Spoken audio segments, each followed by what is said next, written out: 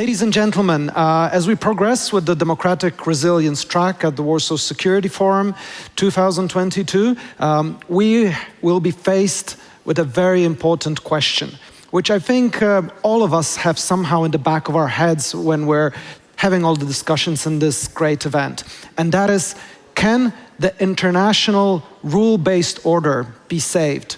Is there a way to continue it for peaceful means? And in order to tackle this very important question, we have a special guest today, and the special guest will be interviewed and will be introduced by a great friend of the Warsaw Security Forum, the president of the Center for International Relations, Ms. Małgorzata Bonikowska. Małgosia, please join us on the stage.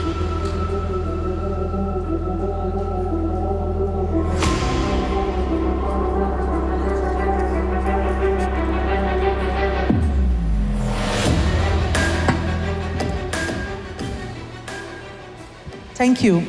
Good morning.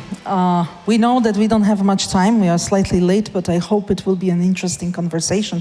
First of all, welcome Cathy Ashton, Lady Ashton. I don't need to introduce her to the Polish audience and to the international audience here.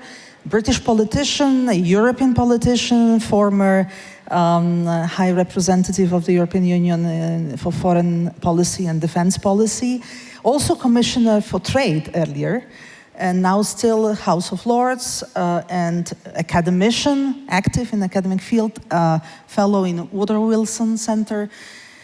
Well, a lot of all these titles, but then that's the reason why we can confront this very difficult topic we are having, and we are grateful for the organizers also to jointly do this session with my center, Center for International Relations, because we political scientists, we put these questions to ourselves all the time. What is happening? Where are we in this global disorder? So, Cathy, how do you feel now, being a person who was responsible, at least partly, for the foreign affairs in the European Union, when we have such a different world now because the war happened in war? What's your feeling about the world order?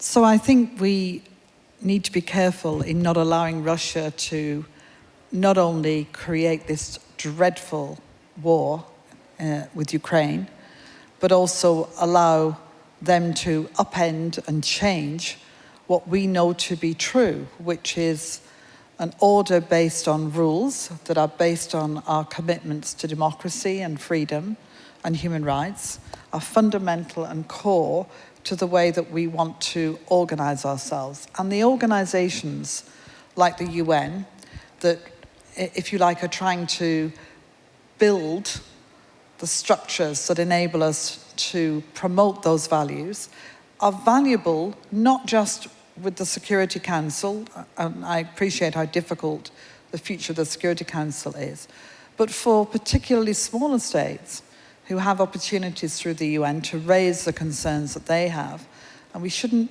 want to lose that. But let me jump on that, because we just face a situation where a powerful country like Russia just questioned all that. It questioned, Putin and generally the Russian Federation questioned the international order, rule-based order, the role of the international law, because it's broken, the international organizations even. So do you think, is it possible to keep this order going? Or it's just a wishful thinking, it will not happen because it's a beginning of something much worse? So Russia has decided that it wants to have a different order.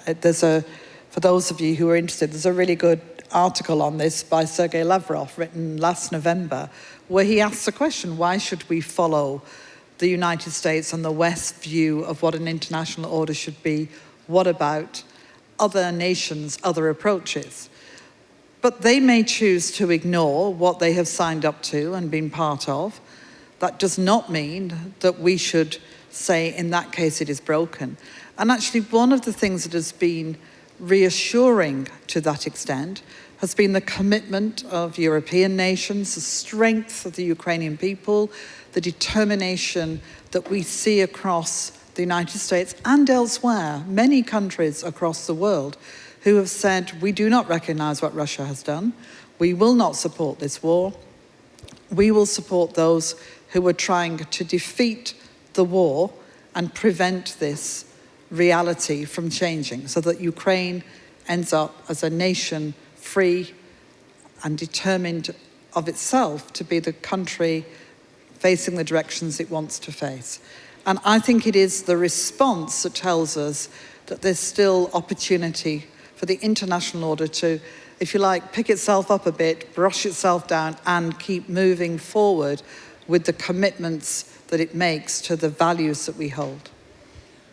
Well, I understand this approach that we, back Ukraine not only because of Ukrainians, but also because we believe in the world based on rules, international laws, that we just can't accept such a move, like invasion.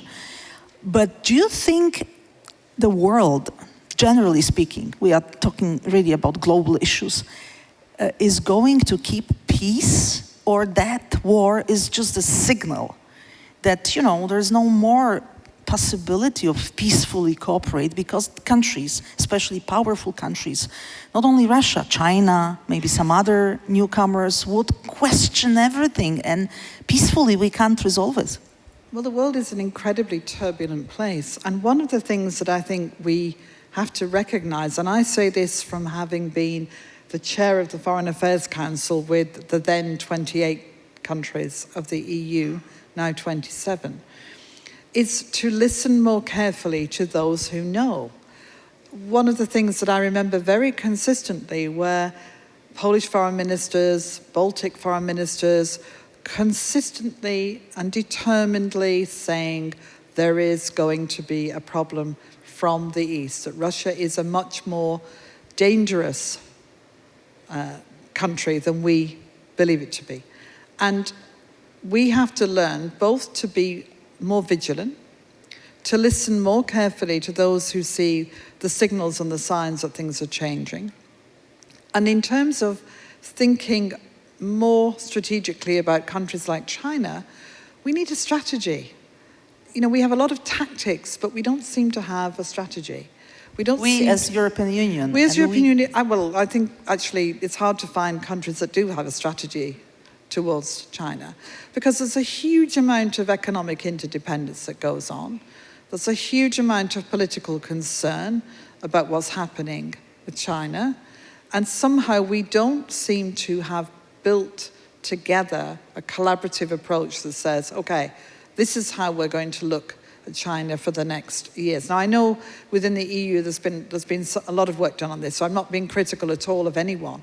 I just simply think that if we learn anything, we're going to have to look, after this is all over, all of the lessons that need not only to be learned, but to be implemented. One of them will be that. But let me push you a little bit about that, because you said when this will be over, but maybe it will not be over. Maybe it will not be over soon. Maybe it will be even worse. Who knows? We are all worried that the time comes that stability is finished. Now it's permanent instability, and this can be a first war. Maybe there will be more wars, proxy wars, how we call it. Maybe we are facing a new Cold War, or like some political scientists name it, Cold War 2.0. All of these possibilities, and it's depressing for us, but my goodness, what it must feel like for people in Ukraine who are thinking about where this could go. We have to be absolutely clear in our objectives, which is to help the people of Ukraine to win.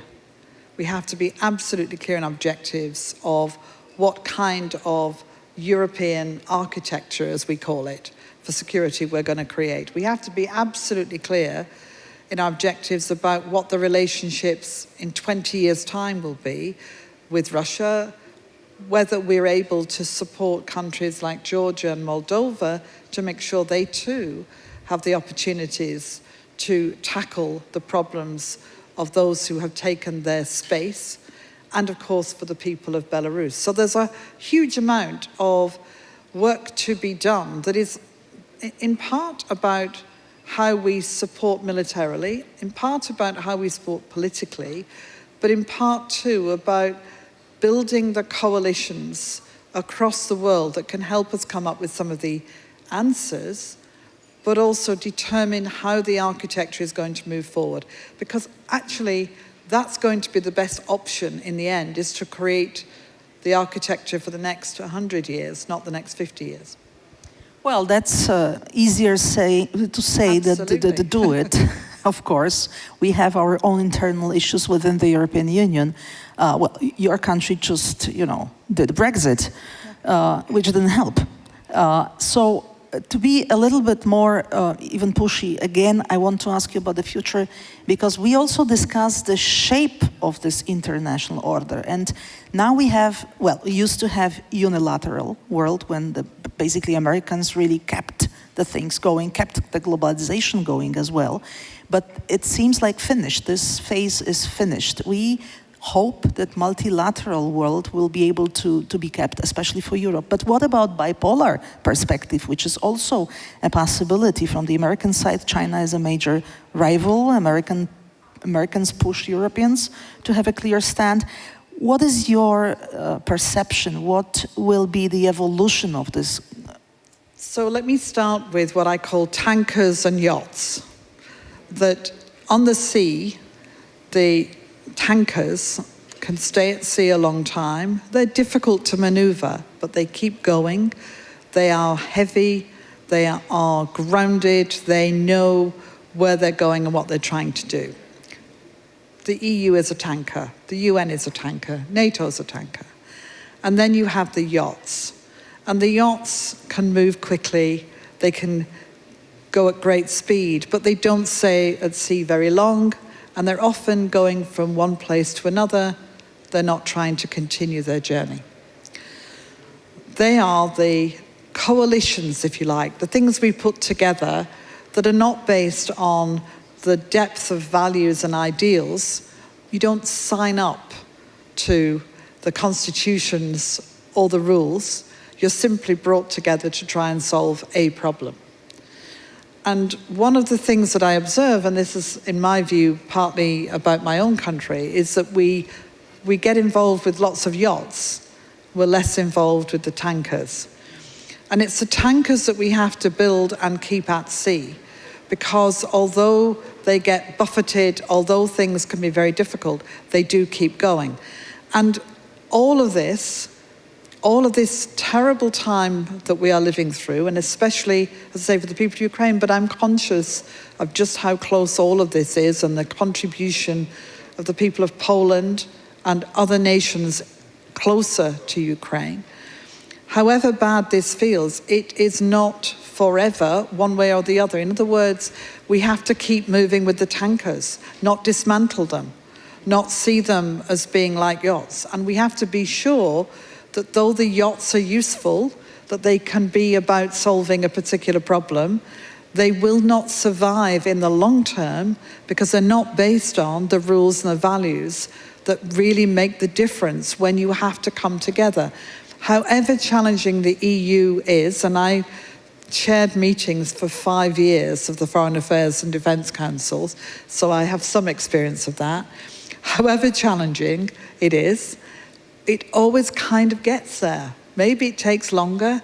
Maybe it does it a bit too much in public so everybody knows what everybody thinks, ambassadors briefing all the time. But it gets there because the purpose of the organisation is to find an answer. And that's where tankers really come in. Their job is to find solutions, not to just have problems. So you need both, but I'm more worried now that we're not spending enough time on building and securing the tankers. We're too busy having yachts to deal with a few problems, and we need more tankers.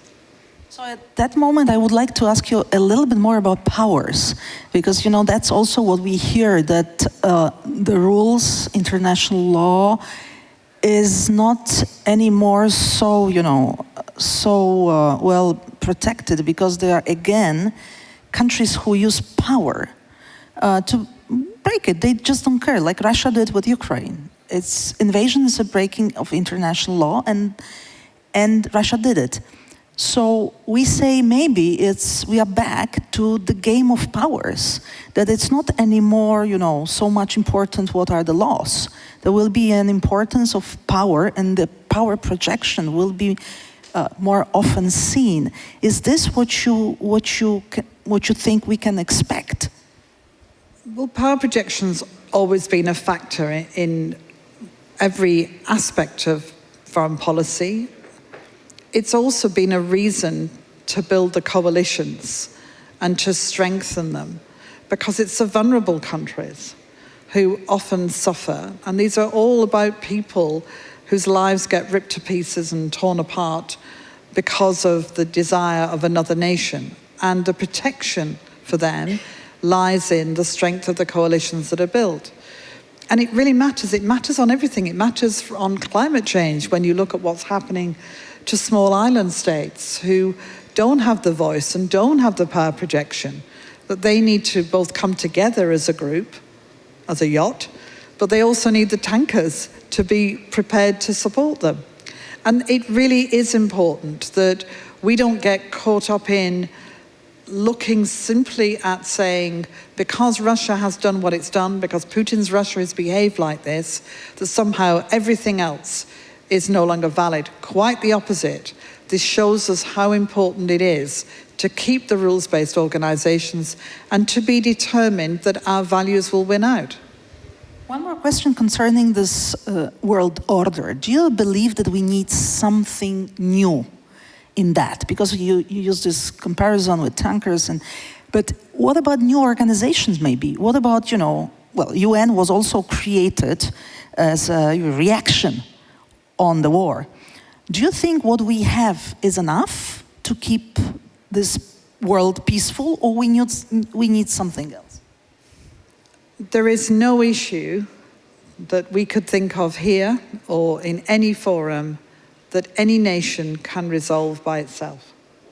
From the pandemic to economic security to, of course, defense, nothing. So everything has to be done in some form of collaboration with someone else. Everything. You can't look after your population as a government on your own. So everything has got to be thought of in that context. Now, if you're thinking about, do we need to create more organizations? I'm not sure. I'm not sure we need more organizations. If you're saying, do we need to strengthen them? I think there is an argument for looking again at whether we've made them as effective as they possibly can be.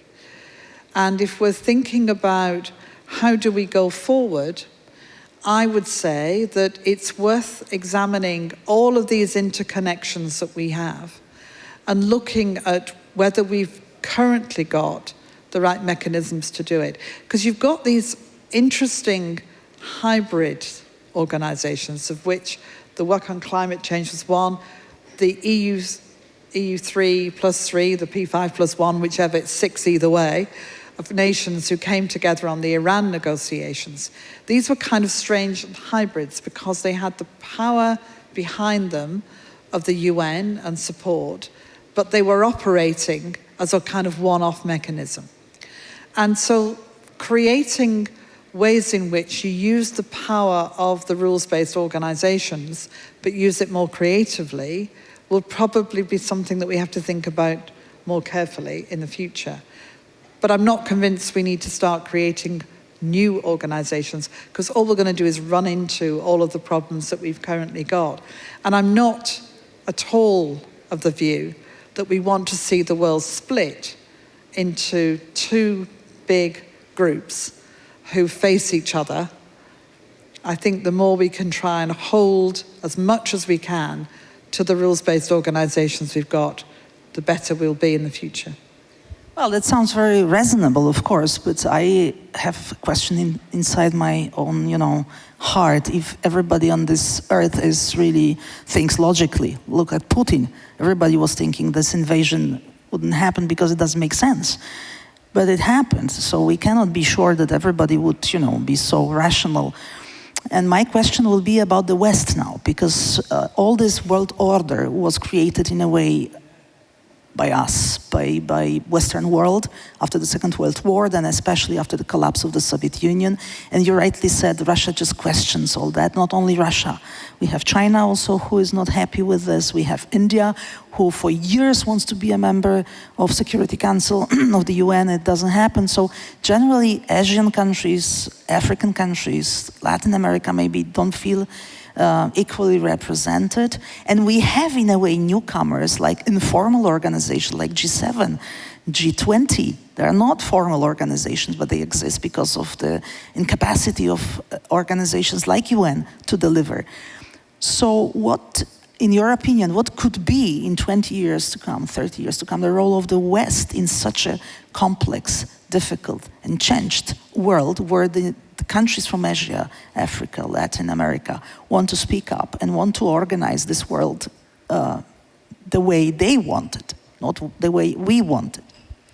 It's a really big question. And I would say this. I would say that the point about the organizations that were created, whoever created them, was that we based them on, in a world that had been torn apart, the principles that we believed to be true.